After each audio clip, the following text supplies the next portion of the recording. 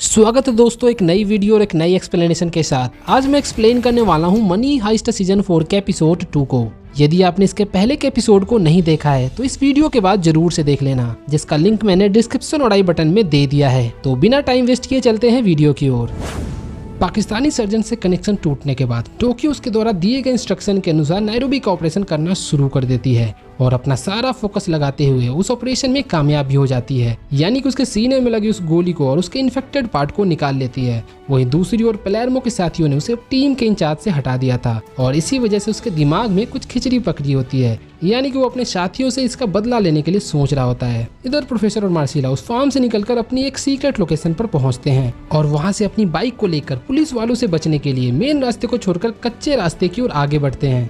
इधर बैंक में पलेर्मो अपने चेहरे पर लगे घाव को अपने ही एक साथी होस्टेज से साफ करवा रहा होता है और कुछ हमदर्दी दिखाकर उसके साथ अपनी केमिस्ट्री को शुरू कर देता है। इसी दौरान रियो वहां पहुंचता है और आर्तुरो की इस बिगड़ी हालत को देखकर डेनिवर से बोलता है कि तुम्हें अपने गुस्से पर कंट्रोल रखना सीखना होगा, तुम्हारी इस हरकत की वजह से उसकी जान भी जा सकती थी। पर डेनिवर उल्टा रियो पर ही भड़क पड़ता है और कहता है कि तुम उस टॉर्चर की वजह से पूरे तरह से बदल गए हो, क्योंकि जिसकी वजह से हम लोग यहाँ अपनी जान दांव पर लगाकर आए थे, तुमने उसी से अपना ब्रेकअप कर लिया है। ये सुनकर रियो काफी डिप्रेस्ड होता है और कुछ सोचने पर मजबूर हो जाता है। इधर पलेर्मो को इंचार्ज से हटाए जाने के बाद वो बिल्कुल पागल हो जाता है और उस गवर्नमेंट के सीक्रेट डॉक्यूमेंट को लेकर बैंक से बाहर जाने का मन बनाता है, ये सोच के कि उसे इस सीक्रेट डॉक्यूमेंट के बदले आजादी मिलेगी। पर टोक्यो उसे अपने बंदूक से रोकने की कोशिश करती है, पर पलेर्मो इस बात से नजरअंदाज करते हुए बैंक के मेन गेट की ओर आगे बढ़ने लगता है। पर तभी वहाँ हेलसिंकी पहुँचता है और पलेर्मो को इमोशनली ब्लैकमेल कर किसी तरह से रोक लेता है। फिर टोक्यो प्रोफेसर को कॉल करके कंट्रोल को अपने हाथ में लेने की बात को कहती है, पर प्रोफेसर उस पर भड़कते हुए कहता है कि उसके कंट्रोल को हाथ में लेने से कुछ भी कंट्रोल नहीं हो पाएगा, क्योंकि पलेर्मो एक ऐसा इंसान है जिसके पास बैंक से निकलने का सारा प्लान है। और वो ये भी कहता है कि पलेर्मो के बिना कोई भी जिंदा बाहर नहीं निकल सकता और वो आगे किसी और को खोना नहीं चाहता है। प्रोफेसर इतना बोलकर काफी इमोशनल हो जाता है, क्योंकि उसने मान लिया था कि रकेल को उसने हमेशा के लिए खो दिया है। पर टोक्यो प्रोफेसर से रकेल के बारे में डिटेल में पूछती है। प्रोफेसर की सारी बातें सुनने के बाद टोक्यो सारा माजरा समझ जाती है और प्रोफेसर को कहती है कि गोली चलने की आवाज सिर्फ उसने फोन पर सुना है, क्योंकि अगर अब तक वो मारी गई होती तो इसका न्यूज जरूर मीडिया में दिखाया जाता, यानी कि हो सकता है कि ये पुलिस वालों का हमें कमजोर बनाने की एक चाल हो। ये सारी बातें सुनने के बाद प्रोफेसर की दिमाग की बत्ती जल जाती है और वो अब समझ चुका था कि एलिसिया ने हमारे ही गेम को हमारे ऊपर खेला है और इस वक्त हो सकता है कि पुलिस वाले रकेल से अपनी पूछताछ में लगे होंगे।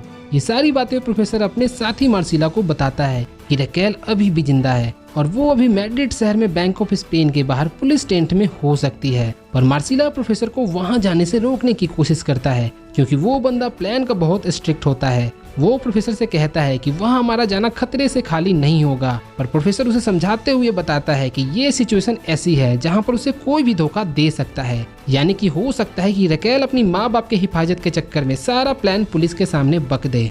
फिर दोनों रकेल के जिंदा होने के सबूत को ढूंढने के लिए प्रोटेस्टर की बेस में बैंक ऑफ स्पेन के बाहर पहुंचते हैं और अपनी शेरलॉक होम्स वाली दिमाग लगाकर सबूत को ढूंढना शुरू कर देता है। वहाँ उसे 3 साइन मिलते हैं। पहला वो वैन जो कि नेशनल पुलिस ऑफ होवेल्वा की होती है और होवेल्वा वही जगह होती है जहाँ रकेल को मौत के घाट उतारा गया था। दूसरा एंजल, क्योंकि एंजल भी उस समय उन दोनों को पकड़ने के लिए उनके पीछे लगा था और यदि रकेल अब तक मर गई होती तो उसका दोस्त एंजल इस तरह से नॉर्मल नहीं होता। तीसरा खुद एलिसिया सियारा, क्योंकि उसके हाव भाव से लग रहा था कि वो बिल्कुल इंटेरोगेशन के मूड में है। ये सारी बातें प्रोफेसर को समझने पर मजबूर कर रही थी कि रकेल अभी भी जिंदा है, पर उसे अभी भी एक पक्का वाला सबूत चाहिए था ताकि वो पूरी तरह से कंफर्म हो सके और आगे क्या करना है इसकी प्लानिंग शुरू कर सके। दूसरी तरफ एलिसिया रकेल के साथ अपना इंटेरोगेशन शुरू कर देती है। वह रकेल के इमोशन के साथ खेलते हुए कहती है कि क्या तुम वाकई में अपने प्यार के चलते अपनी बूढ़ी माँ और बेटी को छोड़कर पूरी जिंदगी जेल में सरना चाहती हो। और कुछ इस तरह से एलिसिया रकेल और प्रोफेसर के बीच डिवाइड एंड रूल की वही दाव चलने की कोशिश करती है जो उसने पहले भी कर चुकी थी। पर उसके लाख भड़काने के बावजूद भी रकेल टस से मस नहीं होती है और उसे प्रोफेसर के पते के बारे में नहीं बताती है।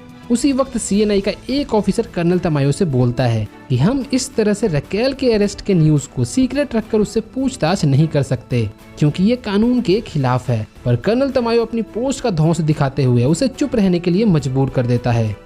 उधर टेंट के बाहर प्रोटेस्टर की भेष में प्रोफेसर की नजर उस ऑफिसर पर पड़ती है और वो ये सोचता है कि अगर वो टेंट के अंदर है तो उसे रकेल के बारे में जरूर पता होगा। और उसी रात वे दोनों उस ऑफिसर का पीछा करते हुए उसके घर तक पहुंच जाते हैं और उससे रकेल के बारे में पूछने लगते हैं। पर इसी दौरान वो ऑफिसर छत से छलांग लगाकर नीचे स्विमिंग पूल में कूद जाता है और इसी के साथ ये एपिसोड यहीं खत्म होता है। आगे एलिसिया के रकेल को तोड़ने में और उससे प्रोफेसर का पता निकलवाने में किस तरह से कामयाब होती है ये आपको अगले एपिसोड में देखने के लिए मिलेगा, जिसका वीडियो मैं अपने चैनल पर जल्द ही लाने वाला हूँ।